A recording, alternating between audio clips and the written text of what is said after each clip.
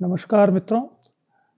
हम लोग राजस्थान में जो संस्कृत शिक्षा में राजनीति विज्ञान का पेपर आया था फर्स्ट ग्रेड स्कूल टीचर के लिए, उसको सॉल्व करने का प्रयास कर रहे हैं। अब तक हमने पहले 30 प्रश्न कर लिए हैं। आज उसके आगे करते हैं 31st क्वेश्चन नंबर 31। जो सीरीज मेरे पास है मैं उसके अनुसार काम कर रहा हूँ। हो सकता है आपके पास जो सीरीज हो उसमें नंबरिंग कोई दूसरी हो। खैर वो तो मैं प्रश्न पढ़ता हूँ इसलिए आपको मालूम पड़ जाएगा कि प्रश्न क्या है। 31वां सवाल मेरे पास जो है वो है कि निम्नलिखित में से किस विचारक ने सबसे पहले फॉल्स डेमोक्रेसी शब्द का इस्तेमाल यह समझने के लिए किया कि विकास का मतलब केवल आर्थिक और सामाजिक प्रगति ही नहीं है, बल्कि इसमें स्वतंत्रता और लोकतंत्र का राजनीतिक अर्थ भी निहित है। तो प्रश्न है कि फॉल्स डेमोक्रेसी का शब्द किसने सबसे पहले प्रयोग में किया था, और इसको समझाते हुए उन्होंने कहा कि यह जो फॉल्स डेमोक्रेसी जहां होती है उसमें स्वतंत्रता और राजनीतिक लोकतंत्र का राजनीतिक अर्थ भी होना चाहिए। ठीक है, ये जो शब्द है जिसको लोकप्रिय बनाया वो है एडगर ओवेंस। इसमें जो 4 आपको दिए गए ऑप्शन, फरीद ज़कारिया नहीं हो सकता क्योंकि इसने तो इलिबरल डेमोक्रेसी की बात की है। एडगर ओवेंस ही इसका उत्तर है।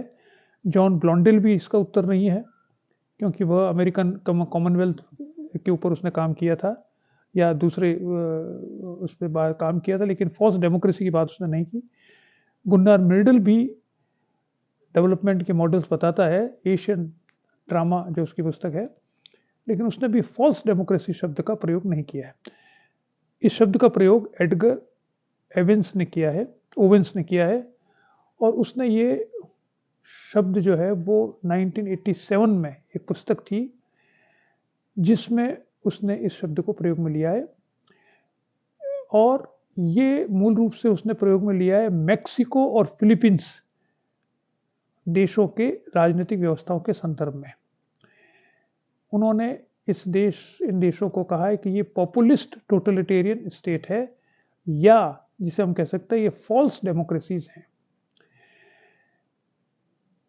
इसकी जो पुस्तक थी उसका नाम है the future of freedom in the developing world, economic development as political reform 1987। ये आप देख सकते हैं, गूगल पे देख सकते हैं। The future of freedom in the developing world, economic development as political reform 1987।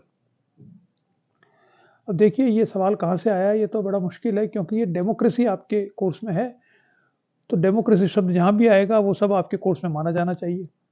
उसी लिहाज से ये दिया गया है। थोड़ा मुश्किल सवाल है क्योंकि ये सामान्यतः इसका अध्ययन नहीं किया जाता है, लेकिन अब जो भी है उसका उत्तर ये है कि एडगर ओवेंस ने अपनी पुस्तक में इस शब्द का प्रयोग किया, विशेष रूप से मैक्सिको और फिलीपींस के संदर्भ में। आगे आने वाले पेपर्स में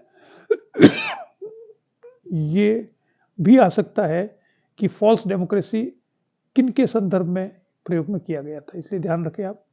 मैक्सिको एंड क्या है, फिलीपींस। ठीक है, चलिए 32वां सवाल है आपका।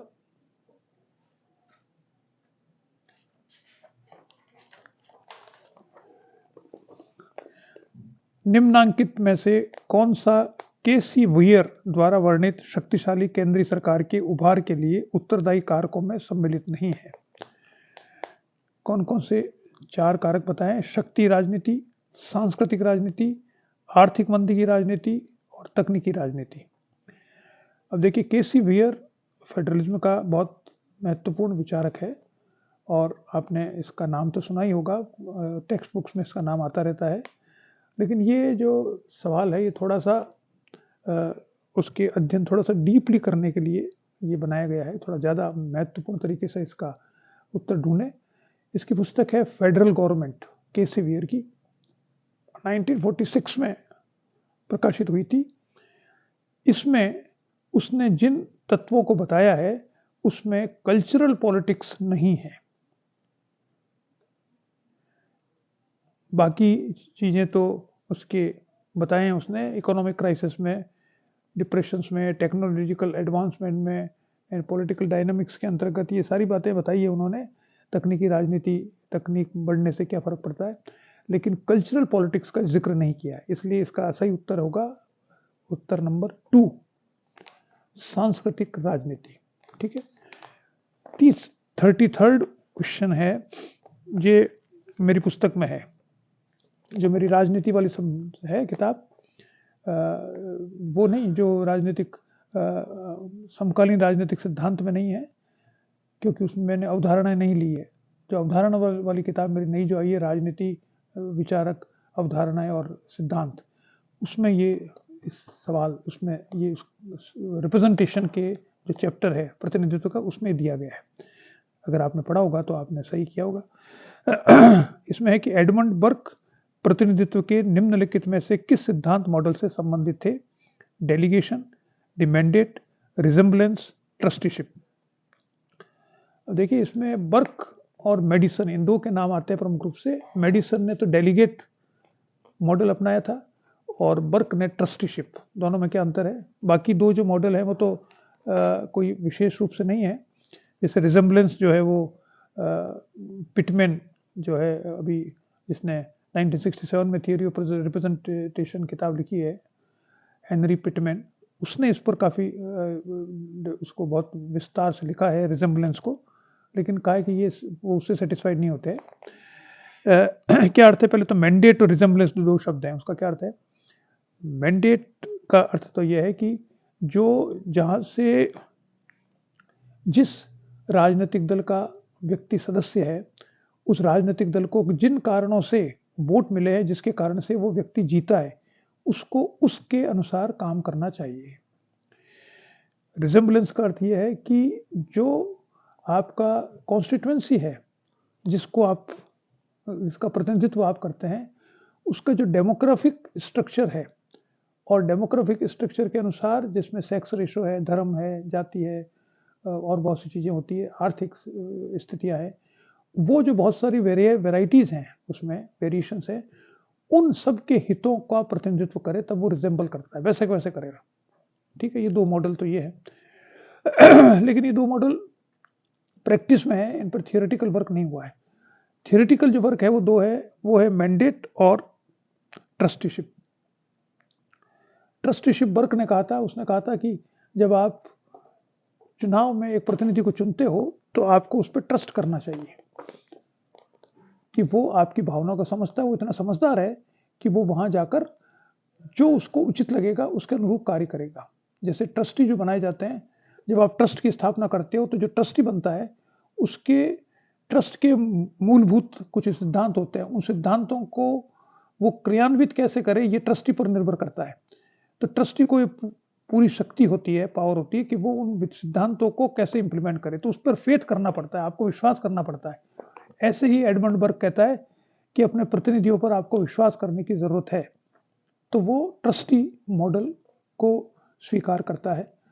दूसरा, अमेरिकन कॉन्स्टिट्यूशन जब बना था तब वहां पर मेडिसन और हैविंगटन के बीच में विवाद होता था। तो मेडिसन जो था वो डेलीगेट पावर की बात करता है, डेलीगेट रिप्रेजेंटेशन की, यानी जो व्यक्ति जहां से चुनकर आया है वो वहां के हितों का प्रतिनिधित्व करेगा, वो केंद्र के इशारों को नहीं मानेगा, केंद्र के निर्देशन को नहीं मानना चाहिए, वो अपने क्षेत्र के निर्देशों को मानना चाहिए, ये कहना था मेडिसन का।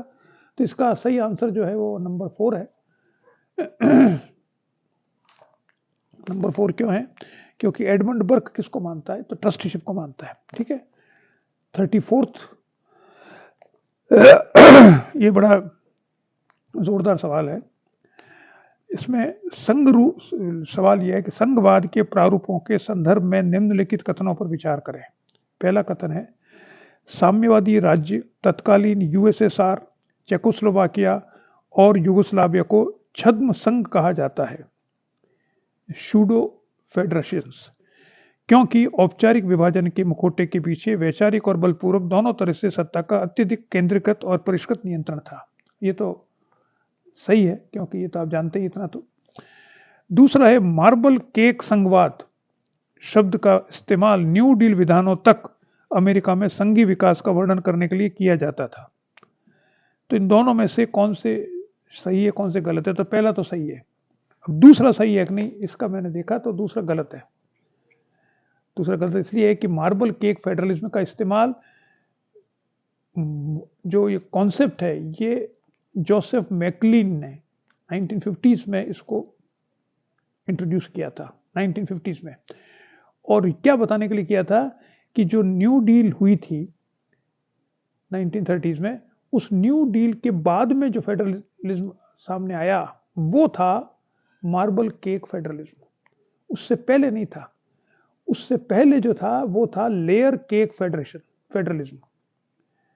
तो दो प्रकार के फेडरलिज्म की बात होती है, दोनों ध्यान रखिए कि इसमें मार्बल केक फेडरलिज्म आया तो अगली बार आ सकता है लेयर केक फेडरलिज्म।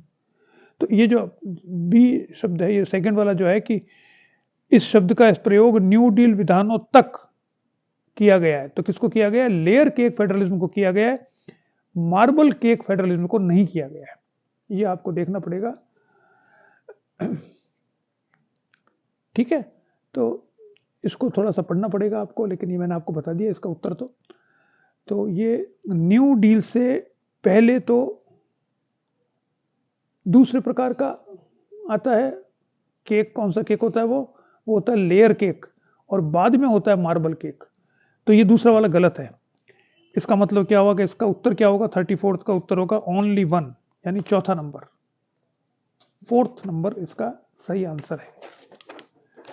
चलिए 35th आइए। 35th में निम्नलिखित में से कौन से राजनीतिक दलों के मुख्य कार्य हैं?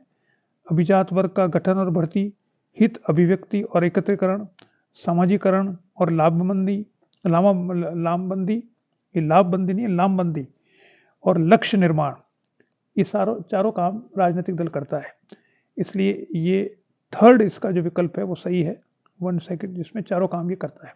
ठीक है, ये तो साधारण सवाल है। 36th है, वो है कि कॉन्फेडरेशन ऑफ इंडियन इंडस्ट्रीज से संबंधित निम्नांकित कथनों पर विचार कीजिए। पहला, इसकी स्थापना EITA के नाम से 1895 में हुई थी। और दूसरा है, संजीव पुरी वर्तमान में अक्टूबर 2024 में CII के उपाध्यक्ष हैं। देखिए, ये दोनों फैक्चुअल प्रश्न है। अगर आप इसको थोड़ा टटोलेंगे तो इसके उत्तर आपको मिल जाएंगे। इसके उत्तर ये है कि इसकी स्थापना EITA के नाम से 1895 में हुई थी, ये सही है। हालांकि उसके उद्देश्य थोड़े दूसरे थे। बाद में उद्देश्य क्योंकि एक संस्थान जब बहुत वर्षों तक रहता है तो उसके उद्देश्य भी परिवर्तित होते हैं, उसकी कार्यप्रणाली भी परिवर्तित होती है। तो वो तो परिवर्तित हो रही थी, लेकिन स्थापना वहीं हुई थी। तो ये पहला वाला सेंटेंस जो है वह तो सही है। दूसरा गलत है। क्यों गलत है? कि ये जो संजीव पुरी साहब है, ये अक्टूबर 24 में ये प्रेसिडेंट बन चुके थे 24-25 के लिए, और ये इन्होंने मई 2024 में ही प्रेसिडेंट बने थे। और उपाध्यक्ष जो है वो इस समय है आर, ये इन्होंने उपाध्यक्ष जो है वो आर मुकुंदन इस समय उपाध्यक्ष हैं, और ये अध्यक्ष हैं। तो दूसरा वाला गलत है। तो इसलिए 36 में वो सही होगा जो कि केवल फर्स्ट सही है, यानी 4th। इसका आंसर 4 होगा। 37वां प्रश्न है आपका कि निम्नांकित में से किस देश के संविधान में यह उल्लेख किया गया है कि कानून राष्ट्र के लोकतांत्रिक जीवन में राजनीतिक दलों और समूहों की न्याय संगत भागीदारी की गारंटी देते हैं। यानी इसमें आपको कॉन्स्टिट्यूशन के प्रोविजंस थोड़े से ध्यान होने चाहिए। अब यूएसए में तो है नहीं, ये तो क्लियर ही है, वो तो साथ ही है उसके प्रावधान, तो उसमें तो ये है नहीं। स्विट्जरलैंड, जापान, फ्रांस, ये 3 में से कोई एक होना चाहिए। तो इसमें आप देखेंगे कि जिस देश में राजनीतिक दलों को एक्सेप्टेंस दी गई है वो फ्रांस है। तो फ्रांस के कॉन्स्टिट्यूशन में आर्टिकल 4 में लिखा गया है, क्या लिखा गया है? कि statutes shall guarantee the equitable participation of political parties and groups in the democratic life of the nation। ये आर्टिकल 4 है फ्रांस का, इसलिए करेक्ट उत्तर इसका क्या है? फ्रांस, यानी क्या है? चौथा नंबर। ठीक है। अब आता है 38th। अब देखिए 38 मेरे हिसाब से इसमें कोई भी उत्तर सही नहीं है। क्यों नहीं है सही? क्योंकि इसमें जो फोर्थ है द लॉज, वो सुकरात के प्रभाव से पूर्णतया मुक्त था। बाकी तीनों में किसी न किसी प्रकार से सुकरात से संबंधित है वो, जबकि इसमें फोर्थ, केवल फोर्थ का कोई ऑप्शन ही नहीं है। इसलिए मेरा सजेशन है आपको कि अगर संभव हो और आप उचित समझें और किसी से पूछ लें, तो ये आपको चैलेंज करना चाहिए सवाल को। कैसे? कि जो 4 किताबें हैं, ये एपोलॉजी क्या है? ये तो मुख्य रूप से जो सोक्रेटिस का डिफेंस था, जो ट्रायल हुई थी उसकी, उस डिफेंस पर सेंटर है उसके थॉट और फिलोसॉफी में। उसने भाग जाने को स्वीकृति क्यों नहीं की थी? उसको कहा गया था कि तुम भाग जाओ देश छोड़ के, तो उसने मना कर दिया था। वो जो ट्रायल हुआ था उसके आंसर्स हैं, तो ये तो सुकरात से संबंधित ही है। दूसरा है फीडो। अब फीडो जो है वो डायलॉग है लास्ट मोमेंट पे सोक्रेटिस के लाइफ के, जिसमें वह आत्मा अमर होती है, जहर पीने से कुछ नहीं होगा, शरीर चला जाएगा लेकिन आत्मा बनी रहेगी, इस तरह के जो सवाल फिलोसॉफिकल हैं उस पर आधारित है, वो भी सुकरात से संबंधित है। तीसरा है द स्टेट्समैन। हालांकि ये स्टेट्समैन में सुकरात से संबंधित कम है, क्योंकि रिपब्लिक में सुकरात के बारे में ज्यादा बात हुई है, सुकरात पात्र, लेकिन स्टेट्समैन में भी वो एक पात्र के रूप में आता है, वो कुछ बोलता है थोड़ी देर, उसमें एक पात्र है वो। इसलिए ये नहीं कह सकते कि वो प्रभावित नहीं था, क्योंकि वो खुद ही पात्र है उसमें, तो इसका मतलब वो संबंधित है उससे। द लॉज जो है चौथा, वो किसी प्रकार से संबंधित नहीं है, जब वो प्लेटो का मैच्योर वर्क माना जाता है, जब वह सुकरात के प्रभाव से बाहर हो गया था प्लेटो, और वह उस पुस्तक में सुकरात कहीं पर भी नजर नहीं आता है। इसलिए टेक्निकली मेरे हिसाब से सिर्फ लॉज है जो कि सुकरात से प्रभावित नहीं है, लेकिन सिर्फ लॉज का इसमें कोई उत्तर नहीं है, इसलिए ये सवाल गलत है। और आप चाहे तो इसको चैलेंज कर सकते हैं, मेरे हिसाब से तो करना चाहिए, बाकी जैसा आरपीएससी का है वो सही है। चलिए 39th क्वेश्चन है इसका, अरस्तु के समानता से संबंधित निम्नांकित कथनों पर विचार कीजिए। क्या है? अरस्तु के अनुसार पहला ए है, अरस्तु के अनुसार कमजोर समानता हेतु गुट का निर्माण करते हैं और समान शक्तिशाली बनने हेतु। और बी है, अरस्तु के अनुसार गुट के निचले स्तर पर हर जगह असमानता है, गुट मनुष्य द्वारा समानता का प्रयास करने से उत्पन्न होते हैं। सही विकल्प का चयन कीजिए। ए सही है, बी सही है, ए बी दोनों सही है, दोनों सही नहीं है। अब देखिए ये जो आइडिया है, ये आइडिया कहाँ से आया? ये आया है पॉलिटिक्स पुस्तक से, और पॉलिटिक्स की पुस्तक का बुक 5th चैप्टर 1st, इसमें उसने एनालाइज किया है पॉलिटिकल इंस्टेबिलिटी एंड फैक्शनलिज्म, जो ये है इसको उसने एनालाइज किया है, और इसमें उसने ये दोनों बातें जो हैं, ये दोनों बातें सही मानी है। ठीक है, इसलिए ये कह सकते हैं कि ए और बी दोनों सही हैं, यानी नंबर 2 सही है। इसको चेक कर सकते हैं आप बुक 5th चैप्टर 1 पॉलिटिक्स किताब में से। चलिए अब आइए आप 40वें सवाल पर। 40वें सवाल में जो दिया गया है वो है, निम्नांकित में से कौन सा कारक ला पारंबरा व मायरन वीनर द्वारा वर्णित राजनीतिक दलों की उत्पत्ति के लिए उत्तरदायी कारकों में सम्मिलित नहीं है? ठीक है, क्या कारक बताएं उसने? संस्थात्मक सत्ता के बिखराव का संकट, सहभागिता का संकट, प्रादेशिक एकीकरण का संकट और वैधता का संकट। अब ये राजनीतिक दलों पर ले पालम्बरा बड़ा विचारक माना जाता है। इन दोनों ने किताब लिखी थी एक, political parties and political development, और उसमें उन्होंने ये कुछ बातें कही है।